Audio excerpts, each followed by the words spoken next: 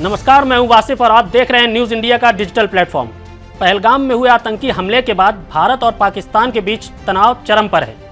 अब भले ही दोनों देशों के बीच सीज फायर हो गया हो, लेकिन प्रधानमंत्री मोदी का साफ कहना है कि अगर अब पाकिस्तान किसी तरह की कोई आतंकी गतिविधि करता है तो इसके बाद किसी परमाणु हमले की धमकी नहीं सुनी जाएगी, बल्कि सीधा युद्ध मानते हुए कार्रवाई कर दी जाएगी। दरअसल जब पाकिस्तान ने भारत पर हमला किया तो भारत ने ऑपरेशन सिंदूर के तहत दुश्मन के होश ठिकाने लगा दिए थे। आइए विस्तार से समझते हैं। दरअसल जब भारत ने पाकिस्तान में ऑपरेशन सिंदूर चलाया तो पाकिस्तान इतना बौखला गया कि उसने भारत पर ड्रोन से हमले शुरू कर दिए थे। इस ड्रोन्स को उसने खासतौर से तुर्की से मंगवाया था, लेकिन भारत ने भी ज़्यादातर ड्रोन्स को हमले में नाकाम कर दिया। वहीं ऑपरेशन सिंदूर के बाद पाकिस्तान की मदद को लेकर तुर्की के राष्ट्रपति रेसिप तैयब एर्दोगन ने बड़ा बयान दिया है। उन्होंने अपने एक्स पोस्ट में लिखा कि पाकिस्तान के अच्छे और बुरे समय में उनके साथ खड़े हैं। राष्ट्रपति एर्दोगन ने एक्स पर लिखा, मेरे प्यारे भाई शहबाज, तुर्की और पाकिस्तान के संबंध दुनिया के उन चंद देशों में से हैं जिनके बीच सच्चे भाईचारे, मित्रता और परस्पर विश्वास की एक मिसाल कायम है। यह रिश्ता केवल राजनीतिक सीमाओं तक सीमित नहीं है, बल्कि यह सांस्कृतिक, सामाजिक और ऐतिहासिक दृष्टिकोण से भी ज़्यादा गहरा है। उन्होंने आगे लिखा, हम पाकिस्तान की समझदारी भरी और धैर्यपूर्ण नीति की सराहना करते हैं, जो विवादों को सुलझाने में बातचीत और समझौते को प्राथमिकता देती है। हम अच्छे और बुरे हर समय में आपके साथ थे, हैं और आगे भी रहेंगे। मैं हमारे मित्र पाकिस्तान को अपनी दिल से निकली शुभकामनाएं और स्नेह प्रेषित करता हूं। पाकिस्तान तुर्की दोस्ती जिंदाबाद। बता दें कि 22 अप्रैल को आतंकवादियों ने जम्मू कश्मीर के पहलगाम में 26 पर्यटकों को गोली मारकर हत्या कर दी थी, जिसके बाद भारत ने ऑपरेशन सिंदूर चलाया और 6-7 मई की रात को पाकिस्तान में ऑपरेशन सिंदूर के तहत आतंकवादियों के 9 ठिकानों को पूरी तरह से तबाह कर दिया था। भारत की इस कार्रवाई से पाकिस्तान इतना बौखला गया था कि उसने भारत पर कई बार ड्रोन और मिसाइल से हमले शुरू कर दिए थे। इसके बाद हालांकि भारत ने उनके हमलों को नाकाम कर दिया।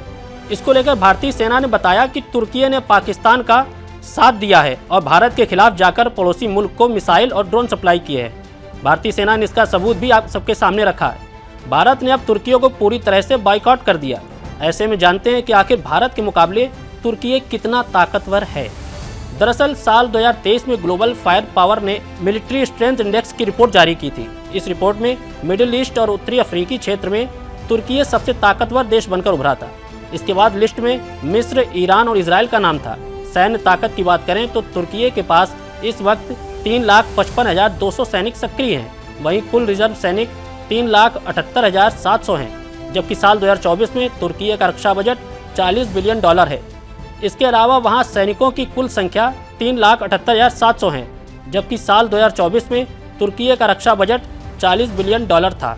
इसके अलावा वहां सैनिकों की कुल संख्या 2,231 है।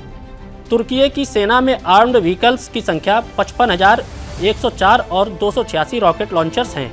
यहाँ की वायुसेना में 205 लड़ाकू विमान हैं, जबकि नौसेना में 12 पनडुब्बियाँ, 186 फ्लीट स्ट्रेंथ और 9 कॉर्वेट हैं। वहीं ग्लोबल फायर पावर के मुताबिक भारत ताकत के मामले में दुनिया में चौथे नंबर पर है। भारतीय सेना के पास 22 लाख आर्मी के जवान, 1.5 लाख बख्तरबंद वाहन, 4,210 टैंक, 3,975 खींच कर ले जाने वाली आर्टिलरी, 100 सेल्फ प्रोपेल्ड आर्टिलरी हैं। भारतीय एयरफोर्स के पास 3,10,000 वायुसैनिक और 2,229 विमान हैं, जिनमें से 513 लड़ाकू विमान और 270 ट्रांसपोर्ट विमान हैं। भारतीय सेना के तीनों अंगों के पास कुल 899 हेलीकॉप्टर हैं, जिसमें 80 अटैक करने वाले हेलीकॉप्टर हैं, जबकि नेवी के पास 1,42,000 नौसैनिक, 14 फ्रिगेट्स, 18 पनडुब्बियाँ, 18 कॉर्वेट्स युद्ध वाले जहाज़ हैं। वहीं सैन्य खर्च के मामले में भारत दुनिया में 5वें नंबर पर है, जिनमें से टॉप 5 में तुर्की का कहीं कोई नाम नहीं है। मतलब साफ है कि भले ही तुर्की पाकिस्तान को अपना दोस्त बता रहा हो, भले ही उसकी मदद कर रहा हो, लेकिन उसके बावजूद भारत को टक्कर देना उसके लिए भी आसान नहीं है। ऐसी ही तमाम खबरों के लिए देखते रहिए न्यूज़ इंडिया। हमारे चैनल को लाइक, शेयर और सब्सक्राइब करना ना भूलें।